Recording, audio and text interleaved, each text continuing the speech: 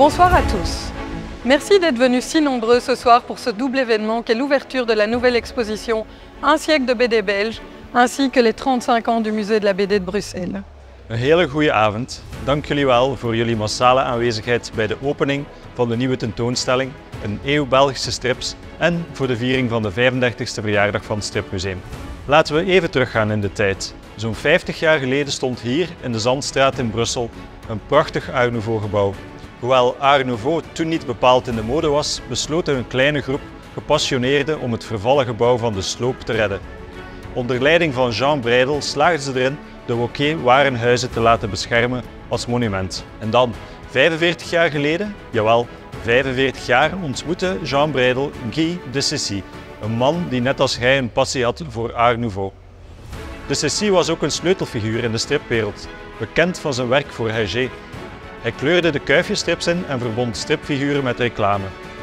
De Cessy zocht een plek voor het Hergé-museum en besprak dit plan met Hergé. Maar Hergé had een groter idee, een museum dat de hele Belgische strip zou vieren. En zo geschiedde. Zo'n 40 jaar geleden werd de VZW achter het Belgisch Stripcentrum opgericht. Het doel? Dit prachtige gebouw in ere herstellen, het publiek toegankelijk maken en het uitbaten als stripmuseum.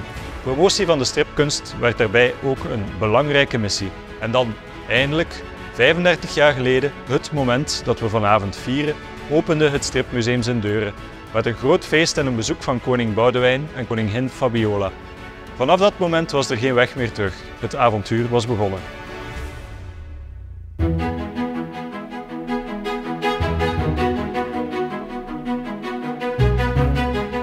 Ces dernières années, nous avons mis un joli coup de projecteur sur le musée à travers de multiples activités avec un seul et unique objectif, placer la bande dessinée, ses pratiques, ses métiers et ses créateurs au cœur de nos préoccupations. Si je devais revenir sur quelques-uns des accomplissements marquants de ces 5 dernières années, je citerai par exemple l'inscription de l'art de la bande dessinée au patrimoine culturel immatériel de la région de Bruxelles-Capitale, la participation à 3 projets européens ayant pour but la circulation des auteurs et autrices, La Planche, le podcast réalisé en collaboration avec Ronan Chabra, la collaboration avec l'Institut national des beaux-arts de Tétouan, la mise en place d'ateliers d'auteurs et d'autrices et surtout le travail autour des expositions, en réinventant pour chacune d'elles une nouvelle manière de découvrir les œuvres et les artistes. Et justement, en parlant d'exposition... Een goede 10 jaar geleden werd onze vorige tentoonstelling over het Belgische stripverhaal gesloten. Het moest anders, beter, moderner. Vanaf morgen kunnen de bezoekers van het Stripmuseum opnieuw in de Belgische stripgeschiedenis duiken. Eindelijk. We hopen dat deze expo in België kan zorgen voor meer fierheid over de stripcultuur. Tegelijk mag deze tentoonstelling ook een visitekaartje zijn van de Belgische strip voor alle internationale bezoekers die hier elk jaar over de vloer komen. Voor stripmakers hopen we tenslotte dat de tentoonstelling een plek mag zijn om zich in het rijke verleden te verankeren, er wortels te vinden en inspiratie voor de strip van vandaag en morgen. Maar hoe moest die tentoonstelling er nu concreet gaan uitzien? Dat was de vraag. Avant de nous lancer dans la mise en œuvre de ce projet d'exposition, il nous fallait choisir un propos. Cohérent, pertinent et capable de raconter l'histoire avec un grand H, tout en vous permettant de vivre de l'intérieur l'histoire de la bande dessinée belge. Un propos qui intéresserait l'ensemble des visiteurs du musée, du plus novice au plus fin connaisseur. Une gageure et un superbe challenge. Exposer de la BD peut sembler facile et pourtant. Contrairement à la peinture, une bande dessinée ne se réduit pas à une image. L'œuvre est et reste le livre. Une planche n'en est qu'une partie, parfois même pas une séquence entière. De plus, il est impensable de réaliser une exposition permanente à partir exclusivement d'originaux en papier exposés pendant plusieurs années. Et imaginez si nous ne proposions qu'une exposition permanente faite de reproductions. Je ne donnerais pas cher de ma peau. Alors, que pouvions-nous proposer et à quel type de pièces aurions-nous accès ? Nous avons choisi de raconter et d'illustrer l'histoire de la bande dessinée belge avec tout ce qui était à notre disposition, livres, magazines, figurines, vidéos, jeux, photos. Et bien sûr, nous offrirons aussi l'accès à des originaux d'exception, présentés au centre de l'exposition, protégés comme il se doit et pour une durée limitée. Mais je vais laisser le commissaire d'exposition vous en dire plus. Ah, évidemment, un siècle de BD belge, du coup, c'est plus de 1500 auteurs, vous imaginez. Donc, on est face à une montagne, un Everest. Donc, il a fallu Au départ, on a 300 pages d'histoire et il faut condenser ça en 30 pages.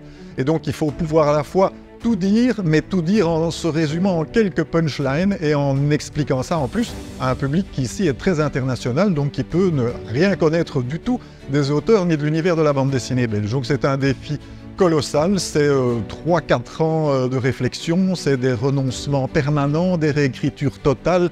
On a refait complètement le schéma de l'exposition à 3 ou 4 reprises, complètement réinventé la scénographie. Et finalement, la ligne a été de se demander qu'est-ce qui justifie qu'un auteur puisse être dans cette exposition ou non. Eh bien, c'est la reconnaissance dont il a bénéficié, les prix qu'il a pu obtenir, le succès public qui a pu le faire connaître dans nos frontières, mais surtout au-delà aussi. Donc la manière dont il a fait rayonner le médium, soit par le public qu'il a touché, soit par l'inventivité dont il a fait preuve, soit par le style nouveau qu'il a pu imposer ou qui a pu faire école, par exemple.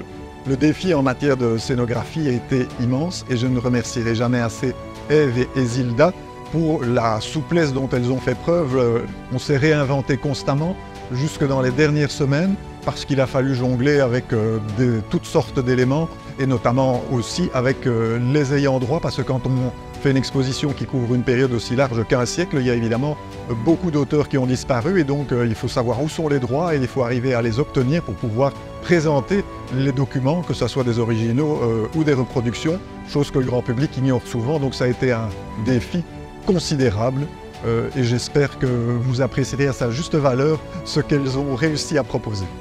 Le parti pris de la scénographie que vous allez visiter ce soir va vous proposer un parcours poétique vous présentant 100 ans de bande dessinée belge. Pour cela, nous avons décidé, ensemble, avec Daniel Couvreur, d'utiliser ou de créer un serpent de mer afin de vous présenter la vivacité, le dynamisme de la créativité belge en mouvement qui se réinvente perpétuellement. Le premier chapitre de cette exposition, il s'agira de rentrer dans un labyrinthe et on vous proposera la présentation des grands auteurs belges que nous avons tous en tête. En seconde partie, nous rentrerons à l'intérieur du cœur de l'exposition, c'est-à-dire le fond du musée avec ses plus belles pièces. Enfin, une dernière partie dans le jour, où nous aborderons les années 70 jusqu'aux auteurs contemporains. Et maintenant, je vous souhaite une excellente visite et je laisse la parole à Isabelle de Becker. Avant de vous souhaiter une bonne soirée, permettez-moi de remercier toute l'équipe du Musée de la bande dessinée.